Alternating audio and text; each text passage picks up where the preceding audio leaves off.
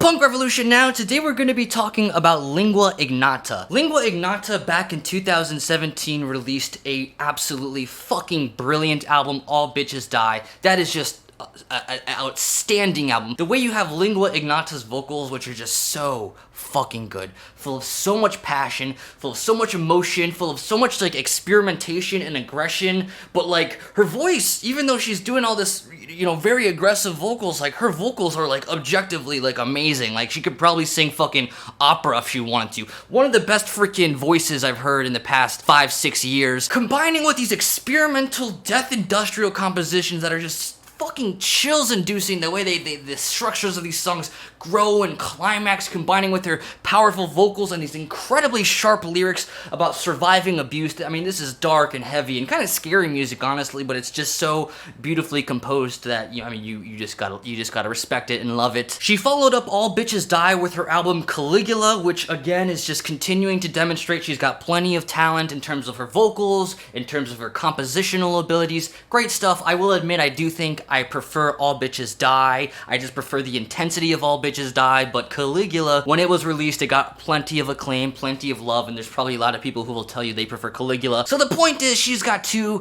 fantastic albums under her belt, so of course I'm fucking excited to listen to this new one. I already know going into this album that I'm in for something fucking crazy. That's just how it is with Lingua Ignota. So let's start by taking a look at the album cover.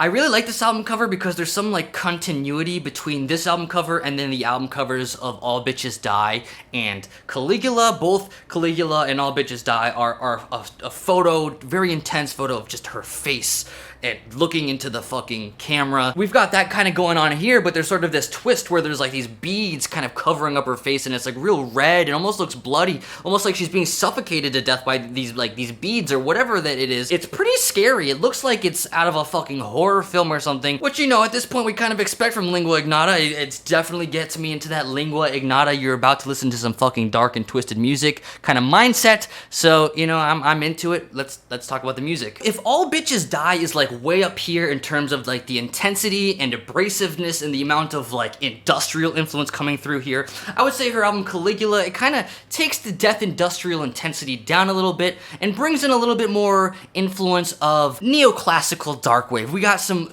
you know, a little bit more variation in the instrumentation. There's a little bit more dynamics and more soft moments throughout the album that definitely takes a lot more influence from neoclassical music in her song structures. Well, I would say her newest album, Sinner Get Ready, it like boom, flips it, where the death industrial abrasiveness, it goes all the way down. There's still some maybe like electronic humming to kind of create like some dark atmosphere in this album, but for the most part, like the vast majority of this is actually very acoustic driven in a way that has like so many instruments in these arrangements. It feels a lot like neoclassical music. We've got a piano, we've got acoustic guitar, we've got sounds like a banjo being plucked once in a while. It sounds like we've got even a sitar in there. We've got violin. I mean, this is very acoustic instrumentation. Like I said, very much replicating what you might hear like at a fucking like orchestra or something. Honestly, sometimes it gives me a feeling of sort of like an opera where we've got like this like kind of these neoclassical, experimental and dark compositions with Lingua Ignota like taking center stage, just belting. Her vocals are just beautiful and as powerful as ever, and even though the instrumentation isn't as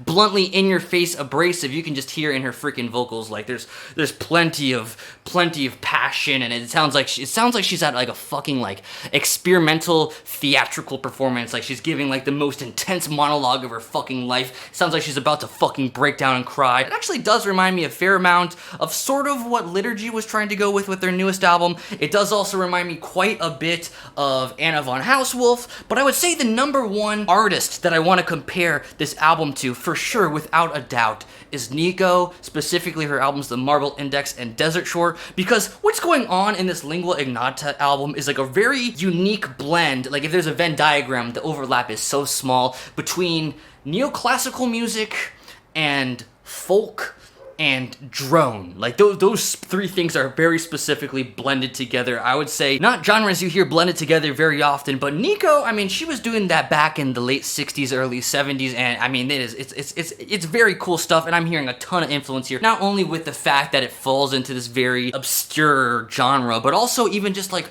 her vocal delivery a lot of the times replicates Nico, because she's singing often in a very like kind of low register, sounds very like kind of like an alto voice, very much like Nico, with even the way she enunciates some of the words kind of reminds me of Nico. And just like Nico's take on dark neoclassical avant drone folk, whatever fucking genre you want to call this is also really dark, really intense. So obviously this album has plenty of very interesting and unique influences that are super cool, some really cool instrumentation, and of course some fantastic vocal performances by Lingua Ignota, exactly what you expect from Lingua Ignota. But if I'm being entirely honest, I don't really enjoy listening to this album all that much from start to finish. It is very monotonous. It doesn't feel satisfying for me to listen to. A lot of it feels quite random, kind of thrown together. Like we've got these songs that don't have super captivating melodies or chord progressions or anything like that. It really is primarily driven by the fact that the instrumentation is kind of wacky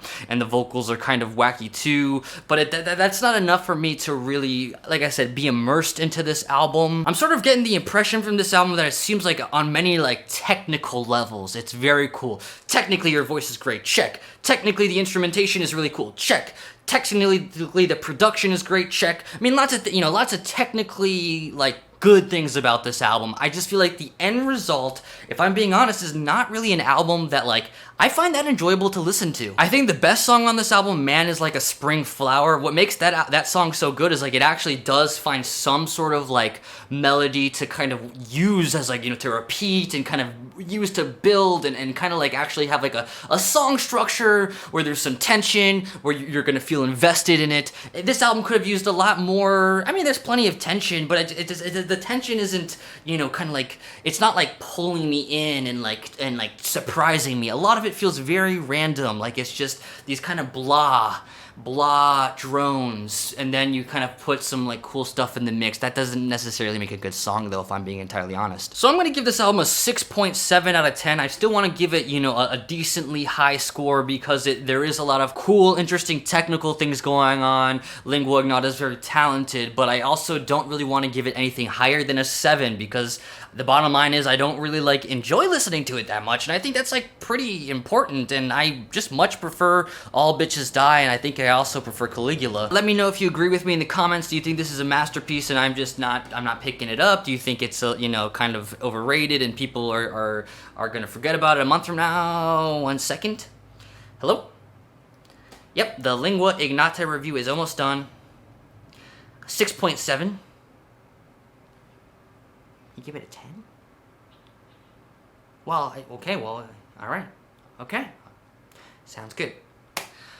Ladies and gentlemen, this album is actually a 0 out of 10. I just got the call that Anthony Fantano gave this album a 10, and we have a strict policy here on my YouTube channel where anything that Anthony Fantano gives a 10 out of 10, we, by law, I guess we have some laws in this revolution, you have to give it a 0, and I'm happy to do that because I don't know what I was thinking. It's not a 6.7, it's a freaking 0. Shame on you, Anthony Fantano. Get a friggin' life, dude. Punk Revolution now. Thanks for watching. Like, comment, subscribe. We need to overthrow Anthony Fantano.